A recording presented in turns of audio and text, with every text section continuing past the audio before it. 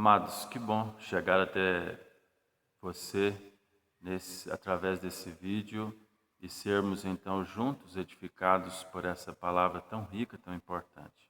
A palavra de Deus mesmo afirma que ela é inspirada por Deus, ela é soprada por Deus, ela é falada pelo Deus eterno aos nossos ouvidos, ao nosso coração, à nossa alma.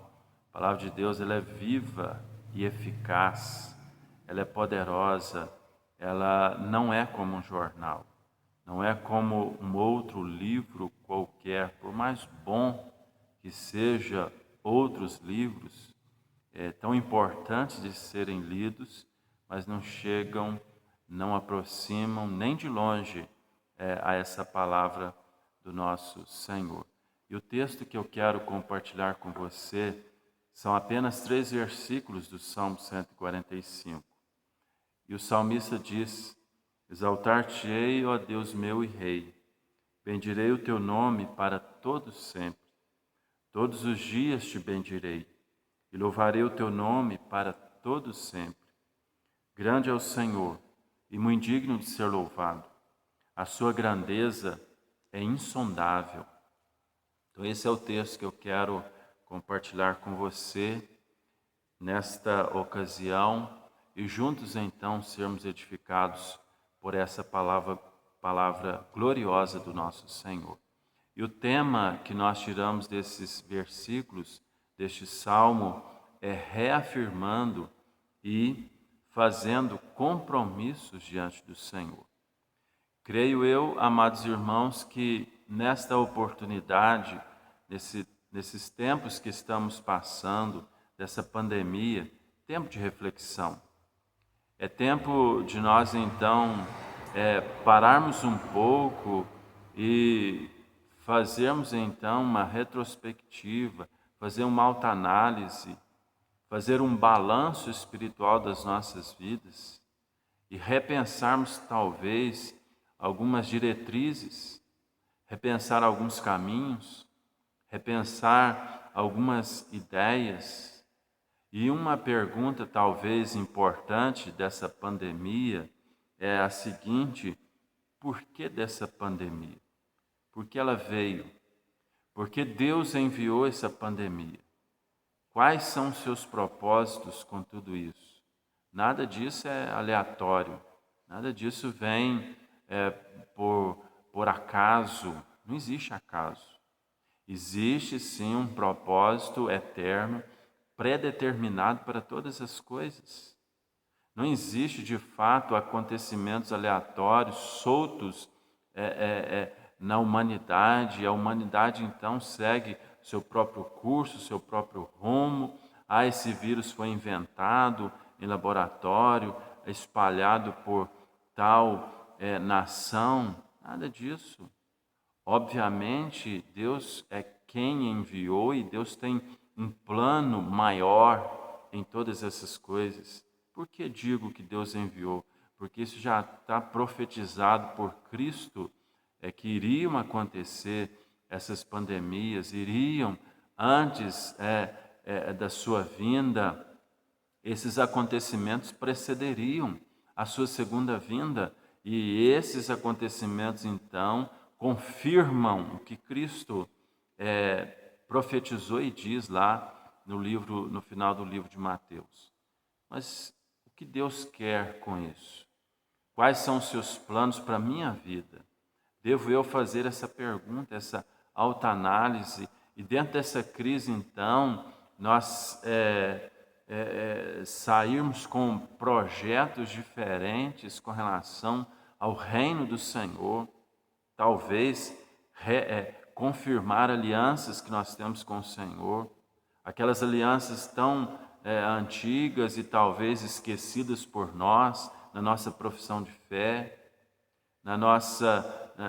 nos nossos compromissos, talvez no início do ano, leitura bíblica anual, orarmos por algumas pessoas que nós elegemos.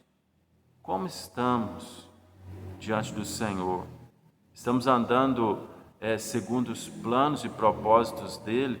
Então penso eu que esse é um tempo para que nós venhamos fazer esta avaliação. Deus é bom, e porque Ele é bom, Ele é um Deus providente. As suas providências é fruto da sua graça.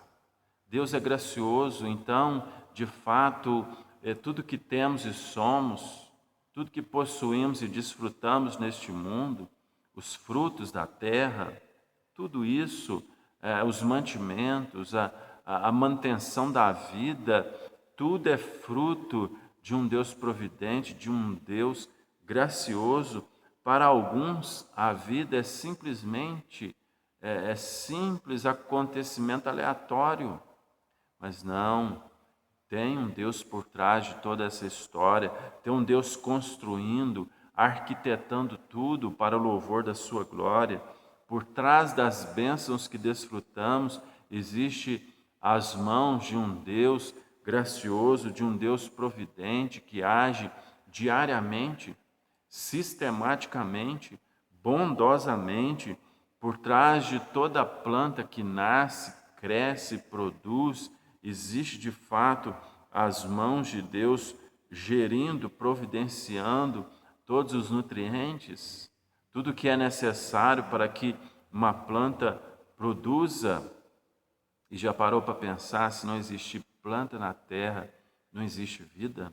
Se não existir os frutos da terra, não existe vida? Tudo que tem no mercado, ou boa parte, vem do campo, vem da terra, vem dos animais. Enfim, precisamos da manutenção das nossas vidas. A vida e o seu desenrolar em suas diversas fases depende de Deus, depende da sua mão graciosa.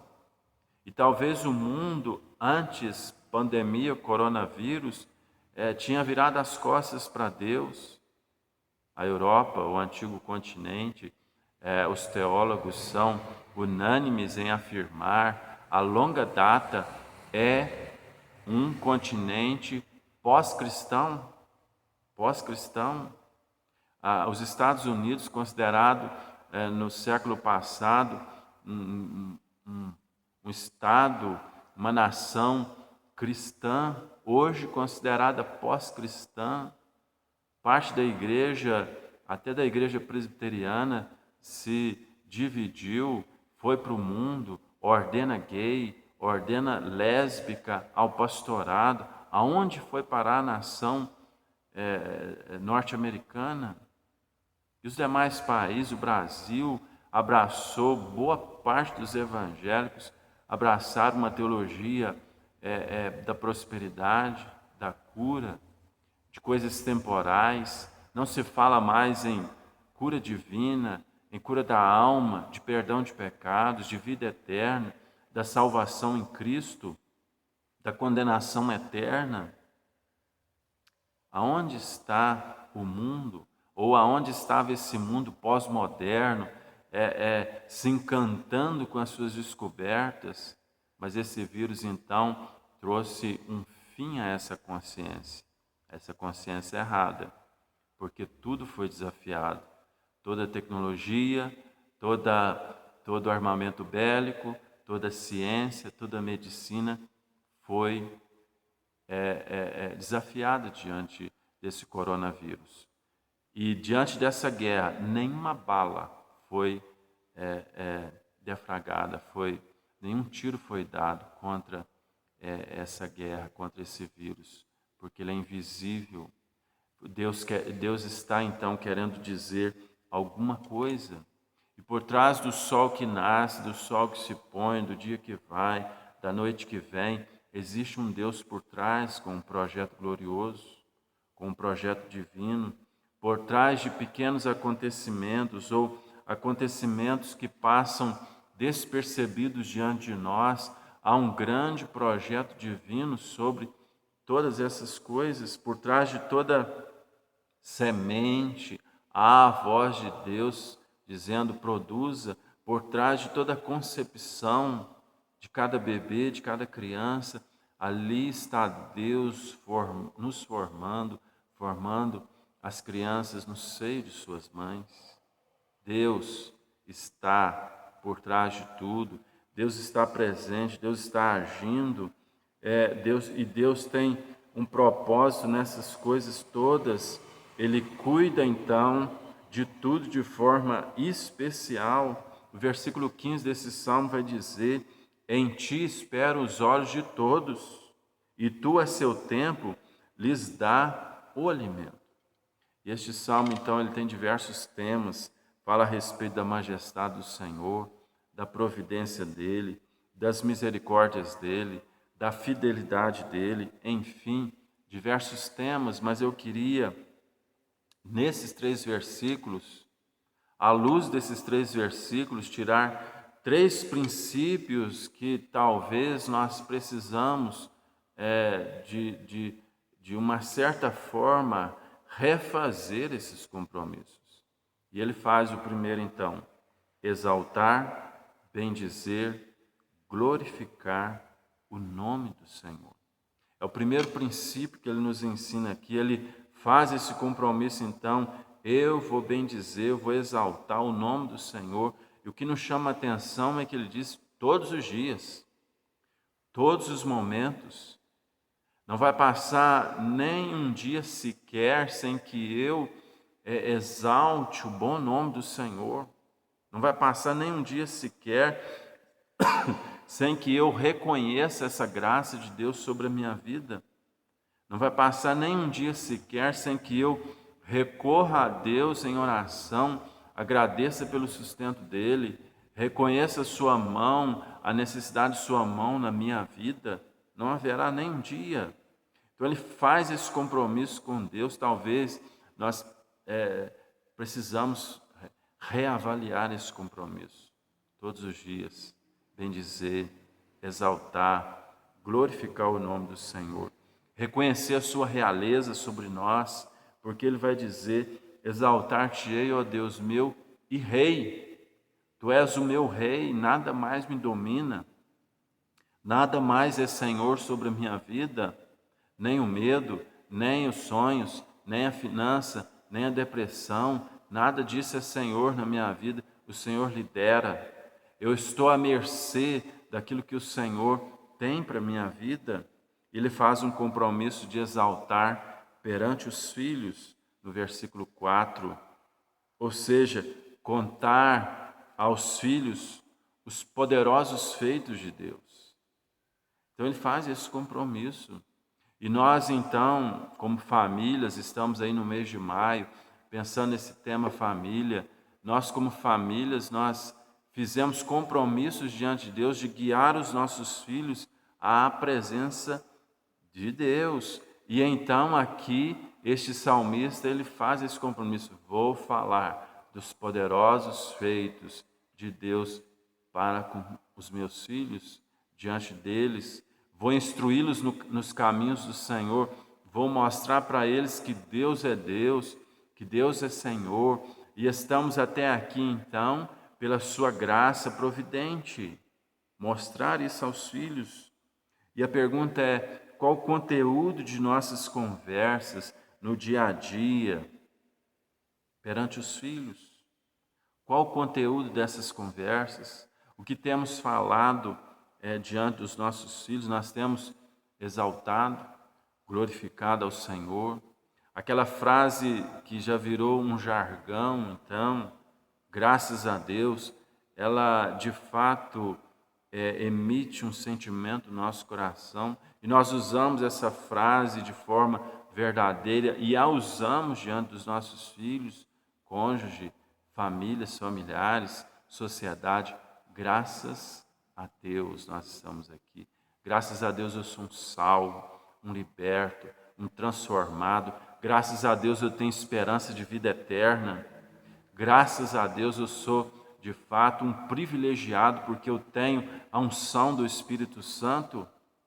Temos tido esse zelo, esse compromisso, mas ainda ele diz que vai meditar, que vai exaltar a Deus, não motivado pelo que ele faz por ele, mas por quem Deus é, pela sua pessoa, pelos seus atributos, pela sua grandeza como Rei Supremo, de fato, pelas suas prerrogativas pessoais. Eu vou glorificar esse Deus então porque Ele é muito bom, muito misericordioso, muito gracioso, Ele é soberano sobre todas as coisas, não há insegurança se estamos na presença dEle. De fato, podemos confiar plenamente porque tudo será levado a bom termo pela sua graciosa mão. Mas ele faz um segundo compromisso: meditar sobre a glória de Deus, meditar na sua majestade, nas suas maravilhas. Meditar. Segundo os entendidos da mente humana, passam cerca de 10.000 pensamentos em nossa mente durante o dia. São muitos pensamentos. E alguns dizem que passam até mais do que 10.000 pensamentos. E a pergunta é: quantos desses é a respeito do Senhor? Quantos desses pensamentos são pensamentos que levam a nossa alma ao descanso? Levam a nossa alma ao seio de Abraão? Quantos desses pensamentos, então, dominam o nosso coração e nossa alma para estar aos pés da cruz de Cristo? Quais são? Quantos desses pensamentos? O salmista diz que ignora o conselho dos ímpios, o conselho dos pecadores, não se assenta com os escarnecedores, com os zombadores, porque ele tem um compromisso: meditar na lei do Senhor dia e noite. E isso nos chama atenção porque ele medita dia e noite, ou seja, o dia pequeno para ele começa o seu dia e entra à noite adentro, meditando nas maravilhas de Deus, em quem Deus é e o que Ele pode fazer, e como é bom tê-lo como pastor. E ele então vai ser verde, como uma árvore cujas raízes estão ligadas ao ribeiro de águas. E essa árvore é verde, essa árvore produz frutos. E a árvore então que tem suas raízes próximas à água são raízes fortes, não é qualquer vento que derruba essa árvore. Mas o ímpio, neste mesmo Salmo 1, vai dizer que é como a palha. Então há um paralelo aí discrepante, enorme, a discrepância é muito grande, porque o justo é como árvore, o ímpio é como uma palha. E bem sabemos que a palha, qualquer vento, por mais fraco que seja, leva essa palha para longe. Mas o crente, mesmo diante das tempestades, ele se mantém firme, porque ele medita na lei do Senhor. E o salmista, entendendo a graça disso, ele faz um compromisso. E precisamos meditar mais na lei do Senhor. Ouvimos tantas notícias do coronavírus, notícias falsas, notícias verdadeiras, e nem sabemos mais em quem acreditar nas mídias, um de um lado, outro de outro. Houve uma cisão política em nosso país, uns defendem isso, outros defendem aquilo. E em que vamos acreditar? Há muita instabilidade. Então nós precisamos, não por causa disso, mas precisamos meditar na lei do Senhor, nas crises e fora dela. Mas precisamos meditar, fechar esse compromisso com o Senhor, assim como o salmista fechou. Isso vai nos fazer bem, vai nos trazer graça, vai nos trazer maravilhas para o nosso ser. Mas ainda ele faz um compromisso de declarar as misericórdias graciosas de Deus. Ele é um sal. Ele quer que outros conheçam essa salvação. Então ele faz um compromisso: eu vou declarar, eu vou ser um anunciador das boas novas. E hoje nós temos tantos recursos na mídia, nas mídias, enfim. Podemos trazer uma palavra, podemos fazer um vídeo, podemos postar um versículo, podemos trazer uma palavra de ânimo, enfim. Esse é um compromisso que o salmista faz, ele diante do Senhor. E nós somos convidados por ele também, como famílias cristãs, como cristãos que somos, nesse tempo de pandemia, trazer uma palavra de esperança, trazer uma palavra de conforto, dizer para as pessoas que Deus está no controle. Deus tem os seus projetos para tudo isso e cabe a nós, então, buscar entender os propósitos de Deus para tudo isso, declarando as suas misericórdias, declarando a sua graça. E basta, então, nós andarmos por nossa região. Aqui na nossa região nós vamos ver, aqui nós tivemos o problema das ribanceiras descendo no início do ano. Agora nós temos a pandemia, mas quando nós andamos por aí, vemos tanto fruto.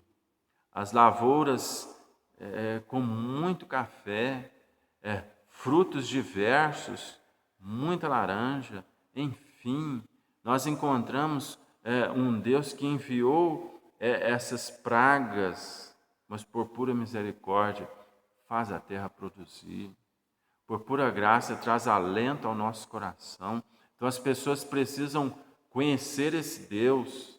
E a igreja que não está fechada, ela está atuante, plenamente atuante, orando, buscando a face de Deus nas suas casas, e podendo então agir de forma plena, 100%, templos fechados, mas igreja aberta ao mundo para anunciar e proclamar as boas novas do Evangelho. Então, Ele quer que outras pessoas conheçam esse Deus através de sua boca, através de sua vida. Por isso Ele firma esse compromisso diante do Senhor.